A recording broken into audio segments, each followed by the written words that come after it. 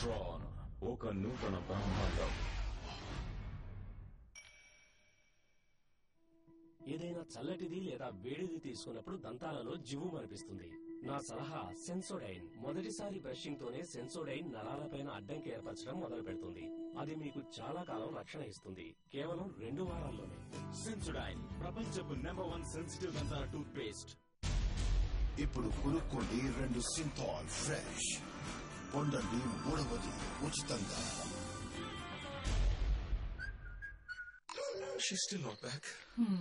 Where could she be? It had to happen someday. My baby. I hope she's okay. Go sleep. She's back. Baby. My baby. Mama? We know you love your car. At Club HP, we love your car the way you do. अच्छा लगता है.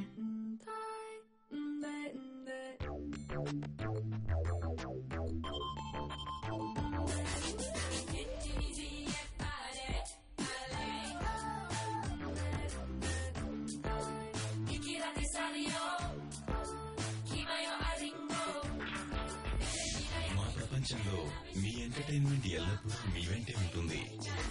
మనసు కోరింది చేరువవుతుంది. Airtel.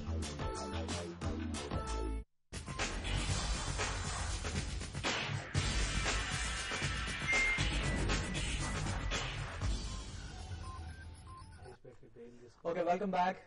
ఒక దిశలో మన programme start చేస్తున్నాం. 200 points వరకు కూడా వెళ్ళిన సెన్సెక్స్ ప్రస్తుతం జస్ట్ 130 పాయింట్స్ లాభంతో ట్రేడ్ అవుతుంది. సో మార్కెట్ కాస్త మళ్ళీ కిందికి వచ్చినట్టుగా కనిపిస్తోంది. నెక్స్ట్ కాలర్ మనకి శ్రీనివాస్ గారు విజయవాడ నుంచి లైన్ లో ఉన్నారు. హలో. ఓ, కాల్ కట్ అయిపోయినట్టుంది. సో శేష్ గారు, ఇవాళ కాస్త పుల్ బ్యాక్ ర్యాలీ అంటారా, లేకపోతే ఇంకా మళ్ళీ బ్యాడ్ జోన్ అయిపోయింది, మళ్ళీ మన ఇక్కడి నుంచి ఫ్రెష్ గా న్యూ ట్రెండ్ స్టార్ట్ అవుతుంది అంటారా?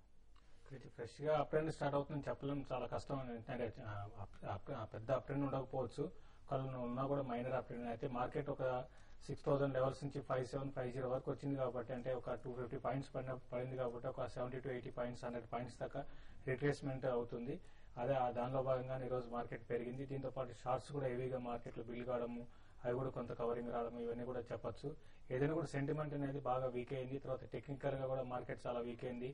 ఈ మార్జిన్ ప్రెషర్ అనేది ఇవన్నీ కూడా మార్కెట్ లో ఉండడం వల్ల ఏంటంటే మార్కెట్ ఇక్కడ నుంచి పెద్దగా పెరిగే అవకాశం కనపడలేదు. ఏదైనా కూడా 5900 దాటి పెరిగే అవకాశం కనపడలేదు. కాబట్టి అరౌండ్ ఆ లెవెల్కి వచ్చినప్పుడు నిఫ్టీలో ఫ్రెష్ షార్ట్లు అటెంప్ట్ చేయడం సజెస్ట్ చేస్తాను. ఓకే, సో ఓకే సుందర్ గారు, ఇవాళ డెల్టా కార్ప్ లాంటి స్టాక్ ఇవాళ మార్నింగ్ చూసుకున్నట్లయితే దాదాపు 77 దాకా కూడా వెళ్ళింది. ఆ తర్వాత మళ్ళీ 10% అప్పర్ సర్క్యూట్ పడింది. సో ఇలాంటి స్టాక్ లో ఉన్న ఆల్రెడీ చాలా మంది ఉన్నారు ఇన్వెస్టర్స్, ఎలాంటి స్ట్రాటజీతో ఉండాలి అని అంటారు? స్టాక్ చూస్తే కనుక లాస్ట్ 1 year గా 20 రూపీస్ నుంచి 140 రూపీస్ వరకు 5 times, ఇన్ఫాక్ట్ 7 times కూడా పెరగడం జరిగింది. మీడియం టర్మ్ నా ఉద్దేశంలో delta Corp medium term over bat position వచ్చినట్టు కనిపిస్తుంది. అలాగే లాస్ట్ 10 days చూస్తే కనుక 140 నుంచి 80 రూపీస్ వరకు భారీ కరెక్షన్ తోటి డెఫినెట్ గా మీరు చెప్పినట్టు ఒక పానిక్ అనేది మనం చూసామన్నమాట స్టాక్ లో. బట్ కంపెనీ దగ్గర నుంచి నిన్న పర్వాలేదు, కార్యకలాపాల్లో కంపెనీ ఎలా విధంగా కొనసాగుతున్నాయి అనే క్లారిఫికేషన్ రావడంతో కొంచెం ఇవాళ రీబౌండ్ ఉంది. బట్ స్టిల్ ఇది ఒక బౌన్స్ అని చెప్పుకోవచ్చు, కానీ పూర్తి రికవరీ అని చెప్పలేము. డెల్టా కార్ప్ ప్రస్తుతానికి మీరు హోల్డ్ చేయండి. ఎవరైనా ఉన్నారంటే ఉన్న వాళ్ళు ఒక 90 రూపీస్ కింద స్టాప్ లాస్ పెట్టుకుని హోల్డ్ చేయొచ్చు. ఏమాత్రం ఒక 110 పైన నిలబడితే కనుక 130 వరకు వెళ్లే అవకాశం కనిపిస్తుంది. ఓకే, నెక్స్ట్ కాల్ వరంగల్ నుంచి అనిల్ గారు లైన్ లో ఉన్నారు. హలో సార్, నేను కటూర్ గ్లోబల్ 20 రూపాయలు తీసుకున్నా సార్. Okay, Karuturi global. కటూర్ గ్లోబల్ ఏ ప్రైస్ లో తీసుకున్నారు? 20 రూపాయలు దాకా తీసుకున్నాం. 25 రూపీస్ లో తీసుకున్నారు.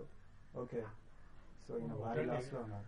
కరటూరి గ్లోబల్ అయితే మీరు ఇప్పుడు మార్కెట్ లో కొంత అప్ ట్రెండ్ మళ్ళీ వచ్చిందండి. అయితే వచ్చినప్పుడు ఈ స్టాక్స్ అన్ని కూడా ఇక్కడ నుంచి ఇంతకుముందు పెరిగినట్టు పెరిగే అవకాశం ఎటువంటి పరిస్థితుల్లో లేదు.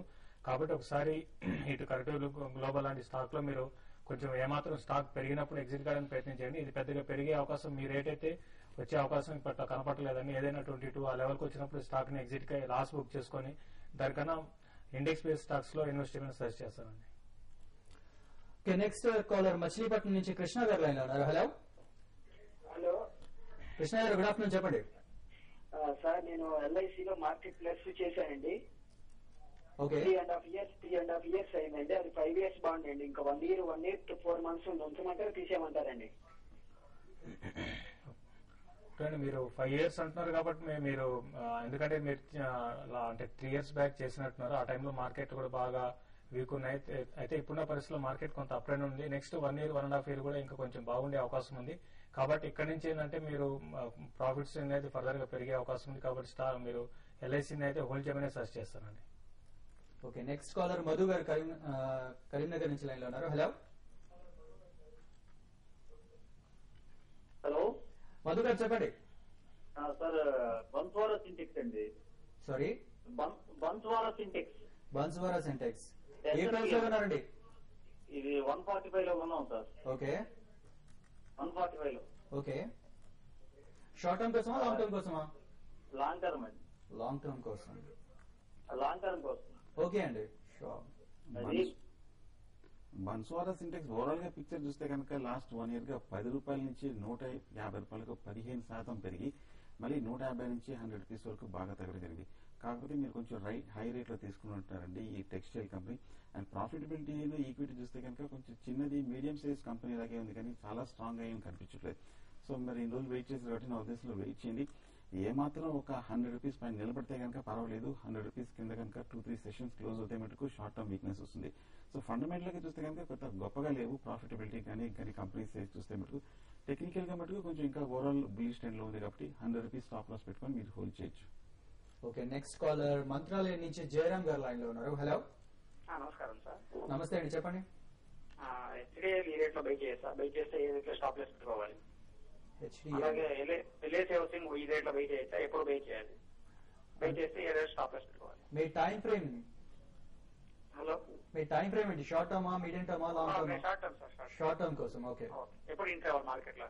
HDL and LIC housing. అంటే HDIL and LIC housing finance రెండు కూడా ఏంటంటే కొంత వోలటాలిటీ స్టాక్స్ అండి. మరి ఎప్పుడైతే ఎల్ఐసి హౌసింగ్ ఫైనాన్స్ రీసెంట్ గా బ్యాడ్ న్యూస్ లో వచ్చాయో అప్పటి నుంచి స్టాక్ అయితే హెవీగా పడడం జరిగింది. ఇది ఇప్పుడు ఇమీడియట్ గా అయితే ఇంకా వీక్ గా ఉందనే చెప్పాలంటే. ఫర్దర్ గా స్టాక్ అయితే ర్యాలీస్ లో ఎగ్జిట్ కావాల్సిన స్టాకే గానీ లోయర్ లెవెల్లో ఇన్వెస్ట్మెంట్ కోసం అయితే లోయర్ లెవెల్లో బై చేయొచ్చు. రైట్ నో సిచ్యువేషన్ ఏంటంటే స్టాక్ లో ఎవరి ర్యాలీలో ఎగ్జిట్ అయ్యే స్టాక్ కాబట్టి నేను ఇమీడియట్ గా అయితే బై చేయమని సర్చ్ చేయను. ఒకవేళ బై చేసినా కూడా షార్ప్ గా ఎగ్జిట్ కావాలండి. బాగా లోయర్ లెవెల్ లో బై చేసి ఒక 5-6% స్టాక్ పెరిగితే అప్పుడు ఎగ్జిట్ కావాల్సిన స్టాక్. తర్వాత హెచ్డిఎల్ కూడా నేను కూడా మీరు మార్కెట్ కండిషన్ కూడా చూసుకోండి. నేను ఓన్లీ స్టాప్ లాస్ కాకుండా నిఫ్టీని కూడా అబ్జర్వ్ చేయాల్సి ఉంటుంది ఇప్పుడున్న మార్కెట్ లో.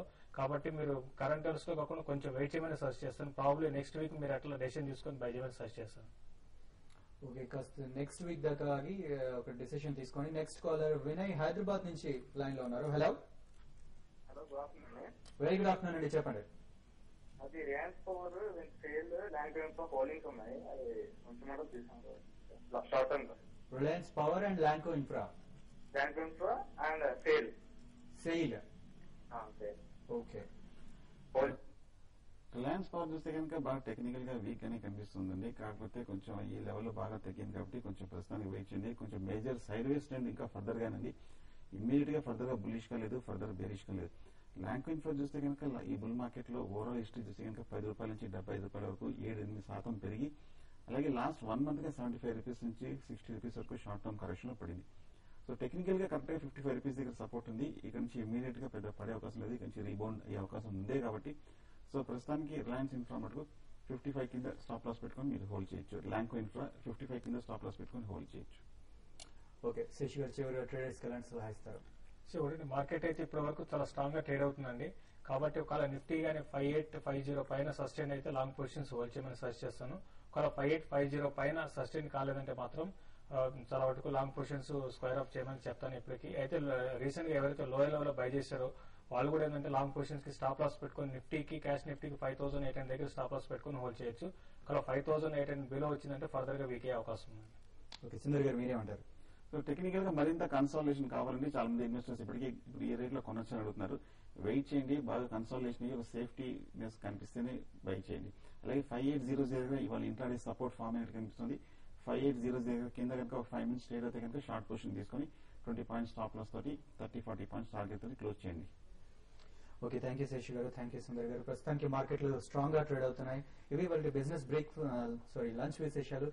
మళ్ళీ tv5money.com లైవ్ టీవీలో ఆఫ్టర్నూన్ ట్రేడ్ కార్యక్రమంలో మీ మెయిల్స్ కి సమాధానాలు ఇస్తాం. సో మెయిల్ చేయడం మర్చిపోకండి.